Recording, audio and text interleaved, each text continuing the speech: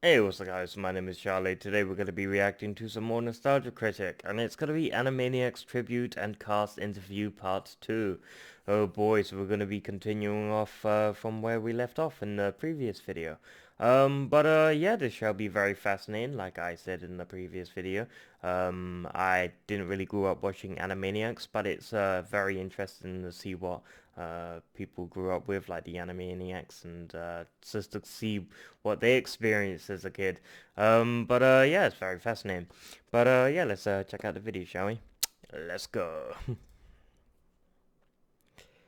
Oh boy, part 2. Now, I did a countdown a long time ago called the top 11 naughtiest Animaniac moments, and Oh yeah, I to this remember this. day, We it did a continues to reaction be video the on this. most viewed Nostalgia Critic video. Hmm, And damn. looking over these jokes again, I gotta say, how did you get away with half of these risque jokes? I mean, they're just unbelievable.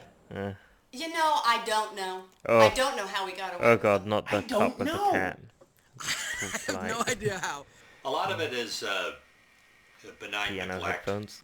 I did see that segment of the Nostalgia Critic, and I love it. The one from it's on the boat. It's something about finding fingerprints. I found prints!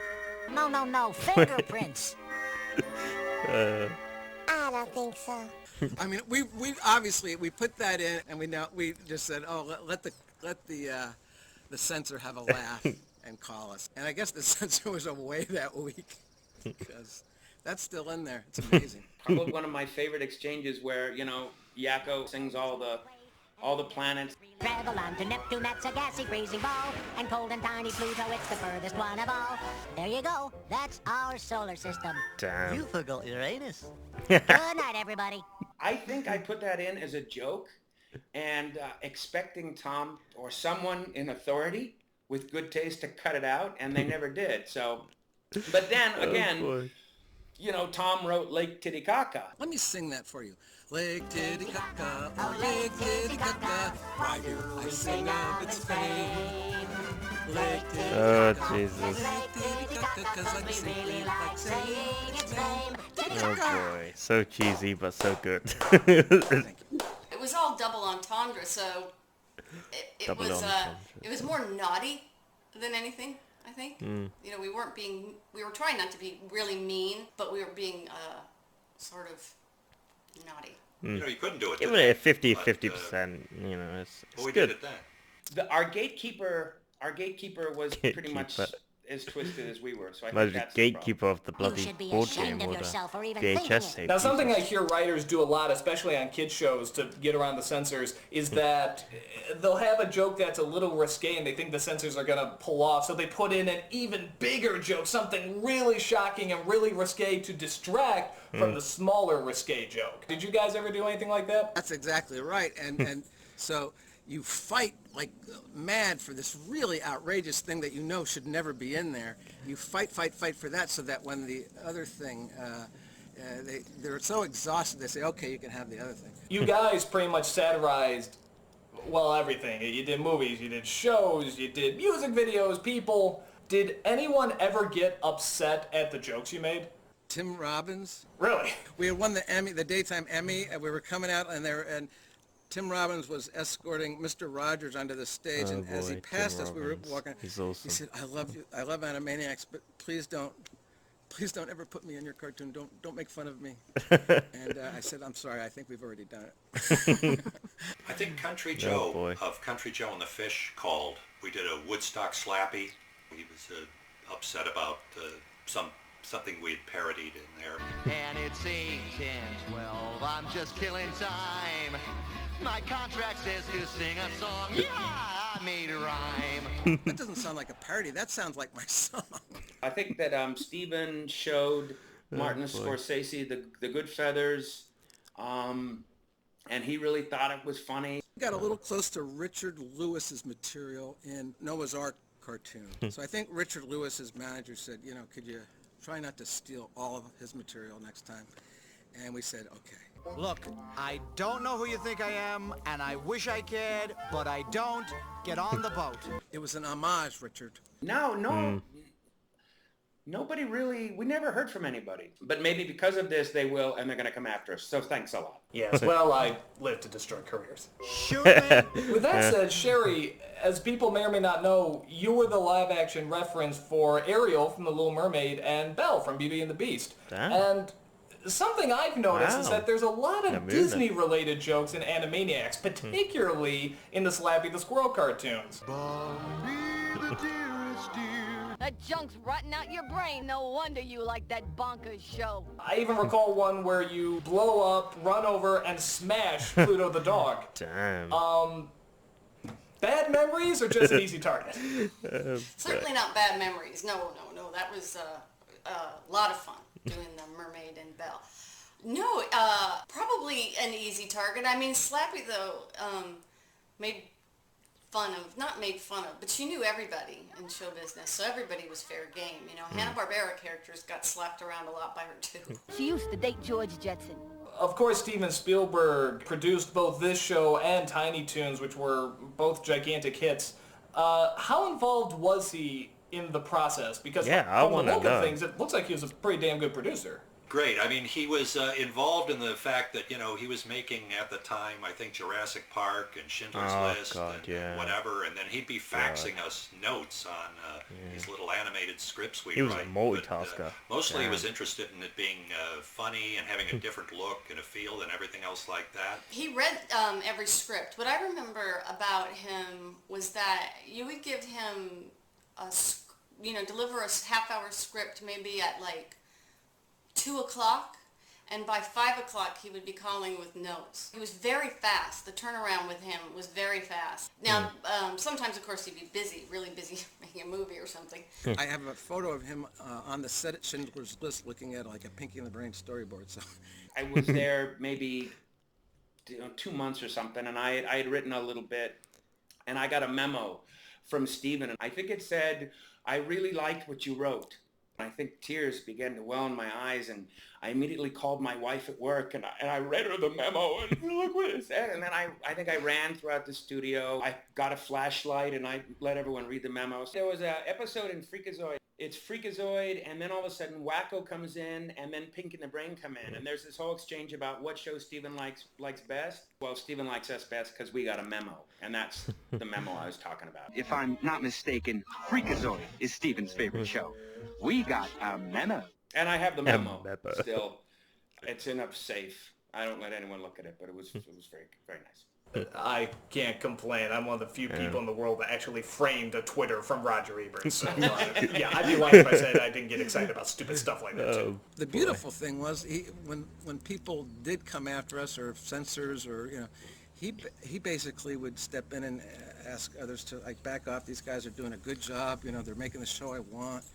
So it was Framing a fabulous. Twitter post. People ask me, like they ask everyone when they're kids, Oh, boy. what do you want to be when you grow up? And so I said I wanted to be Steven Spielberg when I grew up. My parents did a really amazing thing, and they got me a chance to meet him after this big rap party. He just asked me what were my favorite dinosaurs and what were my favorite movies.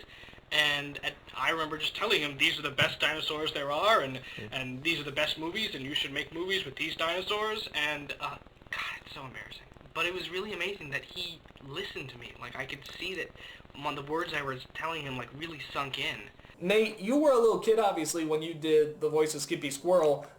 Did people recognize you? And if they did you keep it low-key, or did you try to soak up the attention? At first, no one really did recognize me. That's the great part of being in an animated series. You can do all this hard work. You have this other secret identity. But I got interviewed for Sports Illustrated for Kids. They're just going to do a short interview and take a few photos, and it turned into this like 3 or 4 page spread about me as a voice actor. And after that, the secret was out, and it was hard to like. I wasn't a celebrity though. It was very low key, but it was the worst kind of celebrity for me at that age. I was turning 13. I was trying to appear very masculine and suave to the ladies, but they all thought of me as this cuddly, wuddly, fuzzy little squirrel. And that did not help me with the ladies for quite a while. Oh, yeah. It's hard being a squirrel. Now, when I watch these cartoons, I really get a feeling of the original you'll mostly end up Looney on a Tunes, stick. even more than Tiny Toons, which was literally mimicking the original Looney Tunes. but something about Animaniacs just seemed to have the same creative energy, the same need to hit both the adult audience as well as the children audience. Did they play a big part when writing this? And if not, who did? We weren't consciously thinking about the old Looney Tunes, saying let's do this thing like Bugs did, but it certainly had to be in our consciousness. Template I think we used originally were the Marx Brothers. That sort of Marx chaos Brothers. that they orchestrated in their films. Most of the artists and certainly the writers were very much influenced by the Looney Tunes cartoons. I think if you take Marx Brothers and Looney Tunes and smash them together, I think you get Animaniacs. They were so masterful that it was something to aspire to. I don't think they've been surpassed, certainly. To me, I'm still in awe whenever I see the old Warner Brothers cartoons, For me, Daffy Duck is pretty much the most perfect cartoon character of all time. That was a big influence. I would know nothing about him being an influence. What sort of maybe I learned from Looney Tunes was it's all about character. And if you have a great character, you can write 1 billion episodes. And I think that's what Looney Tunes was all about, rather than sort of necessarily this happens, then this happens, then this happens. Jesus. The Looney Tunes were like, Daffy's on a cruise ship. What can happen? All the Meat cultural Boy or something like major that events of our lives, I think everything we had gone through up to the point where we're working on Animaniacs, it was fair game as far as we were concerned. Any kind of inspired silliness, anything that was just fun for fun's sake would factor in. Ernie Kovacs, that sort of weird stuff. I was a big fan of Monty Python and Jonathan Monty Winters. There were a few Abbott and Costello Everyone movies loves that I Monty virtually Python, don't memorized. they? Go ahead and tell me. Jesus. Who? The guy on first. Who? The first base. Who is on first? Tell me the name of the band on stage. Who? The name of the band. Who? The band on stage. Who? One of my favorite memories working with Sherry Stoner was doing the Woodstock episode with the what's the name of the band on stage bit. We spent a lot of time together in the booth so we could get the timing just right. Who? The name of the group. Who? The group on stage. Who? The band. No, the band is performing later. And then the Jerry Lewis thing for me was just, I was raised in Vegas. I was eight years old, and I would see Jerry Lewis's name on the marquee, and I just thought he was the funniest guy in the world. Paul, you have a character simply called Mr. Director, who you also do the voice for, and he is obviously a big influence of Jerry Lewis. You kids are going to be in my movie. Movie? Who are you just looking at? The people watching on TV. Peoples? Something like the Pepe the Frog Hello, dog. nice people in the TV! I'm wondering, has he ever seen any of those cartoons? You know what? I have no idea. Although, when I was at Disney and I was doing a show for them a while back, I tried to get Jerry Lewis to actually do a bid on it, and he said no, and I don't know whether it's because they said, oh, Paul Rugg's the guy that used to do you. I'm not quite sure. I actually remember there was a tribute on Comedy Central for Jerry Lewis, and one of the clips they showed was Mr. Director acting as Indiana Jones, so chances are he did see one of those cartoons at some point. Okay, good. See? And most likely knew who you were and totally snubbed you. Well, there you go. Sherry, am I right that you were originally brought into Tiny Toons to mainly write for the Babs Bunny character? Yeah.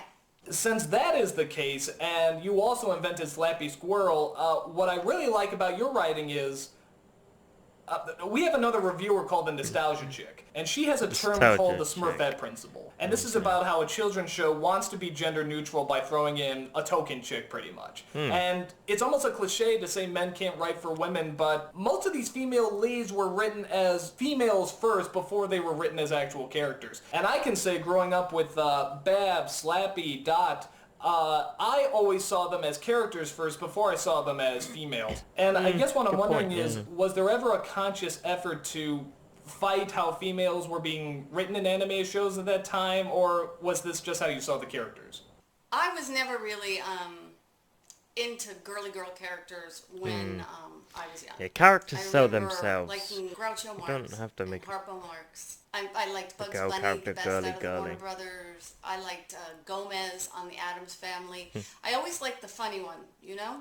Yeah. And so I was never into princesses or any of that kind of thing. Yeah, just so let the it didn't character sell really itself. factor in for me to write from that perspective for Yeah. Babs or any of the girl characters that I wrote for, because it wasn't how I looked at the world. And no one ever said, oh, you know, let's bring in girl issues for Yeah. Babs or for Yeah, Dot or yeah, I agree with anyway. And I don't think I would have, first of all, known. In fact, I know I wouldn't have known how to do that very well because I don't look at the world that way. Yeah. I didn't try to make Babs Nor do one I, of the actually. fellas, or I didn't try to make Dot one of the fellas. Certainly not Dot, because, I mean, there's a lot of fun to be had with her playing up her girlish charms that she knows, or at least she thinks she knows what she's got. No, I wasn't conscious. It was just the way I sort of approach things. Yeah. Well, let's talk about Good the point. animation. The animation was always great, but Don't it try to seemed sell have the a sex. lot of Try to sell the variation. character. The style would change very often. Sometimes it would be very solid, other times it would be very bouncy, sometimes it was subtle, sometimes it was exaggerated. How did that work? Was there different animation groups? Did it depend on the director? Like 5 different companies that would, you know, be farmed out a certain short. We were employing most of Asia at the time. We had studios set up all over Korea and Japan, New Zealand at one point. There was a company called TMS. There was a company called Wang. Like ACOM, I think, in Japan was one of the top studios. Whatever you sent there always came back looking great. I could see that like Wang had a style of drawing, the Warners, that was a little bit more roundy. ACOM was a little bit more, you know, angular and stuff. So yeah, each company had its own way of doing it.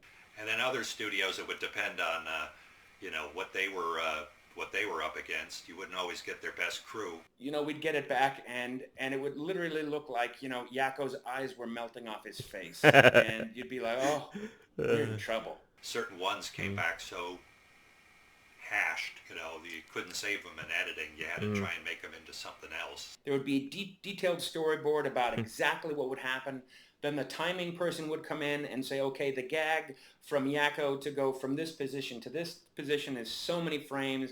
These days, there isn't as much control. You sort of just, you know, show me a storyboard and you ship it over and you kiss it goodbye and hope nobody looks really gross. Now let's talk about one of the biggest factors on the show, the music. The music. Particularly the songs. We all know Okay. Richard Stone did incredible scores and incredible music, but with every episode there had to be a minimum of like 2 to 5 songs in an episode, many of them using public domain music or satirizing famous musicals. How did writing songs for the show work? Did the writers come up with it? Did the musicians come up with it? Was it sort of both? Maybe a bit of both, yeah, that's what I'm We've done a thinking. lot of music in improv, and so we were used to throwing it into, you know, into sketches. I think for me, what really got me interested in including more music was that it paid residuals. When we all found out we would get extra money for writing songs, we wrote a lot of songs. Yeah, I bet. For a while, everything I wrote was a light Suck opera. up with that money. Yeah, so many Good great idea. music composers, people scoring the show. Richard Stone and the Bernsteins. Sometimes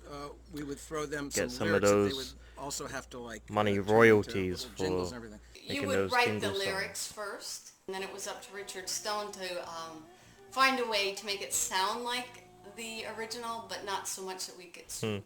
What can I say? I love the lyrics. And the musicians were great. They knew exactly how to craft the songs, you know, to stay within the legal limits at the time. Yeah, Anybody could do gotta it. Everybody play did safe. it. Everybody. I can't think of anybody that didn't write at least some songs. Our legal guy, we had one legal guy who'd stop by once every 2 years. He goes, yeah, you guys are doing fine. You know, you're staying off the, you know, you're not getting us any letters from lawyers. So yeah, they were masters. You know, Richard Stone and our other composers were masters at keeping it, you know, just one side of a phone call. If I were a rich man. If I were a rich man. I love this If I were the movie. Pigeon, cooey, cooey, cooey, fettuccine, cream sauce, parmesan. Then we had a guy like Randy Rogel. Fiddler who on the comes Roof. in, and he was working on Batman, and he said, hey, Tom, he Great walked movie. up one day and said, you know, I got this little song, I wrote it a year ago, and it wasn't particularly written for Animaniacs, but I said, I think it would be cool for your show. And so he played it, and everybody that heard it said, yeah, we should have Yakko. We got Rob Paulson sing this and put it in the show. It really didn't have anything to do with any other part of the show, but it was turned into Yakko's world. United States, Canada, Mexico, Panama, Haiti, Jamaica, Peru, Republic, Dominican, Cuba, Caribbean, Greenland, El Salvador, too. That's actually Talk quite about catchy. hits on the internet. I mean, people remember the show for this song. Then Argentina and Ecuador, Chile, Brazil, Costa Rica. So I once can't we even had Rogel pronounce half of aboard, these fucking we said, "Yeah, Randy, countries. you can stay." Oh, And then boy. Rob Paulson, who was so amazing, is so amazing that he could deliver on a song like that, right? I mean, I've seen him do it live. I can't even believe it. He's amazing. Costa Rica, Belize, Nicaragua, Bermuda, Bahamas, Tobago, San Juan, that. Paraguay, Uruguay, Suriname, That's Guyana, impressive. Barbados, I and can- Guam. I actually tried memorizing that song when I was a kid. I don't recall doing very well. I think I got up to Canada. Reminds me of knee bones But, connected to yeah, the it's obviously a whatever very bone. well-written song. That's My what it son reminds took me of. the AP history test, and he said kids in the class were Knee singing the bones president's connected song to before the the test. leg So I bone thought or that was whatever it pretty was. funny. John Tyler, he liked country folk. And after him came President Polk. Zachary Taylor liked to smoke. His breath killed friends whenever he spoke. Then it became we saw how, or Tom saw how successful he was at the first one. Then it just became, well, let's let Randy, name all the planets. Let's, name all the molecules, and I don't know what I'm saying, but you know what I mean? So then we were Yeah. literally, we would literally throw Randy a song idea, like, how about like, you ever been stoned, Randy? I don't think Randy has ever been stoned, but, when you contemplate the universe, Randy, like the whole universe could be on the head of a pin, And so then he wrote Yakko's Universe, which I think is just a beautiful song. Cause there's 100 billion galaxies that stretch across the sky, filled with constellations, planets, moons, and stars. And still the universe extends to a place that never ends, which is maybe just inside a little jar. He really it's took it to impressive. the next level about, what a song for Animaniacs is Yeah. going to be. And then Deanna, I think she did a whole Goodfeathers parody that was all singing and stuff. That was not I couldn't even, that just made my head hurt. With Lame as Her Animal, that was Deanne Oliver who did that.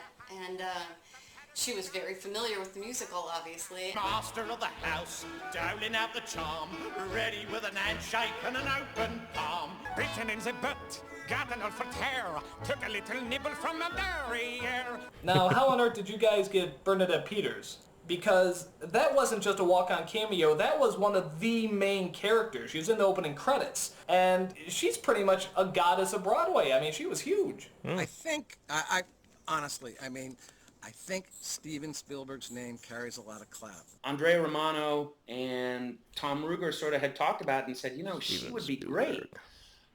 Boy, if only we could get her. And then everyone's like, Steven. I know that Andrea Romano was putting it out there to a lot of singers first.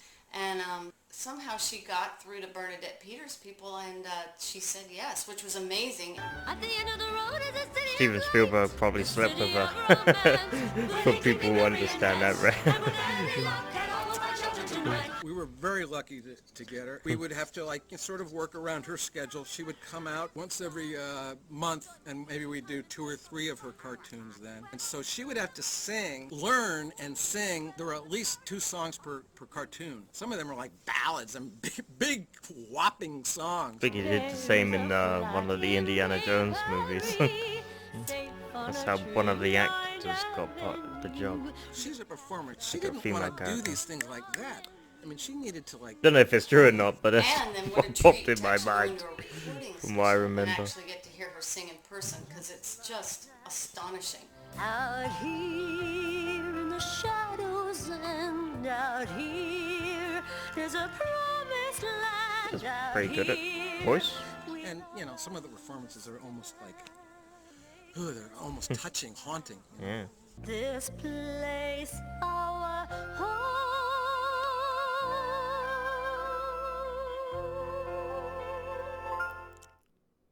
Pretty sure. Okay, I think that's gonna be the end of the video. Yep, that's the end of the video. Yeah, that was very fascinating to see all the sort of Animaniacs stuff. Having that cup stare into your soul. But that cup's still there. I swear. I just want them to move that cup. Honestly, that cup's that cup. The cup just needs to be moved just an inch or something like that. Just turn it around. Yeah, that was fascinating. I mean, but what I was talking about Steven Spielberg and oh boy, I mean, what I'm thinking, what did he do with to do with Animaniacs? I mean, did he give it his full attention? Was he working on other movies all at the same time? That's what I mean.